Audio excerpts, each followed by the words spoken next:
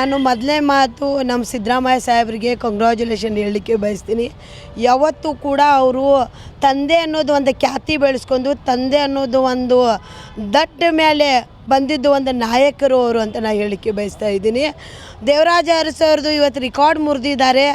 ಅತ್ಯಂತ ಖುಷಿ ನಮ್ಗೆ ಎಲ್ಲ ಮಹಿಳೆಯರಿಗೆ ಆಗ್ತಾಯಿದೆ. ಯಾಕಂದರೆ ಇವತ್ತು ಇಡೀ ರಾಜ್ಯದಲ್ಲಿ ಅತಿ ಬಡ ಮಹಿಳೆ ಬಯಸ್ತಾ ಇದ್ದಾರೆ ಸಿದ್ದರಾಮಯ್ಯ ಸಾಹೇಬರು.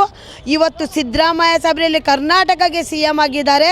ಬರೋ ದಿನದಲ್ಲಿ ಒಂದು ಪ್ರೈಮ್ ಮಿನಿಸ್ಟರ್ ಆಗಬೇಕಂತ ನಾವು ಎಲ್ಲರೂ ಕೂಡ ಬಯಸ್ತಾ ಇದ್ದೀವಿ. ಯಾಕಂದರೆ ಅವ್ರು ಯಾವತ್ತೂ ಕೂಡ ಬಡವರ ಬಗ್ಗೆ, ಅಹಿಂದ ಸಮಾಜ ಬಗ್ಗೆ, ತಂದೆ ಸಮಾಜ ಅಷ್ಟೇ ಅಲ್ಲ ಎಲ್ಲ ಸಮಾಜಕ್ಕೂ ತಗೊಂಡು ನಡೆದಿದ್ದು ಒಂದು ದಿಟ್ಟ ನಾಯಕ ಅಂದರೆ ಯಾರ್ಯಾರಿದ್ದರೆ ಅದು ಸಿದ್ದರಾಮಯ್ಯ ಸಾಹೇಬರು ಅಂತ ನಾನು ಹೇಳಲಿಕ್ಕೆ ಬಯಸ್ತಾ ಇದ್ದೀನಿ.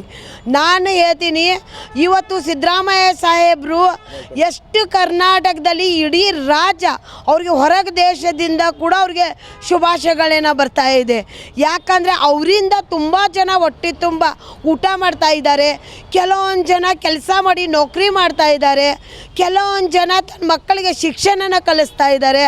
ಕೆಲವೊಂದು ಜನ ಬಯಸ್ತಾ ಇದ್ದಾರೆ ನಮ್ಮ ಮಕ್ಕಳು ಕೂಡ ಸಿದ್ದರಾಮಯ್ಯ ಸಾಹೇಬ್ರಿಗೆ ಒಂದು ದಿಟ್ಟ ನಾಯಕ ಕರ್ನಾಟಕಕ್ಕಾಗಿದ್ದಾರೆ. ನಾವು ಇನ್ನೂ ಅವ್ರು 5 ವರ್ಷ ಅವರೇ ಮುಖ್ಯಮಂತ್ರಿ ಇರಬೇಕನ್ನೋದು ಕೂಡ ನಾನು ಬಯಸ್ತೀನಿ. ಹಾಗೂ ಅವ್ರು ಬರೋ ದಿನಗಳಲ್ಲಿ ಅವ್ರಿಗೋಸ್ಕರ ನಾವು ಎಲ್ಲರೂ ಕೂಡ ಪ್ರಯತ್ನ ಮಾಡ್ತೀವಿ. ಅವರು ಬರೋ ದಿನದಲ್ಲಿ ಅವ್ರು ಪ್ರೈಮ್ ಮಿನಿಸ್ಟರ್ ಆಗಬೇಕಂತ ನನ್ನ ಅನಿಸಿಕೆ.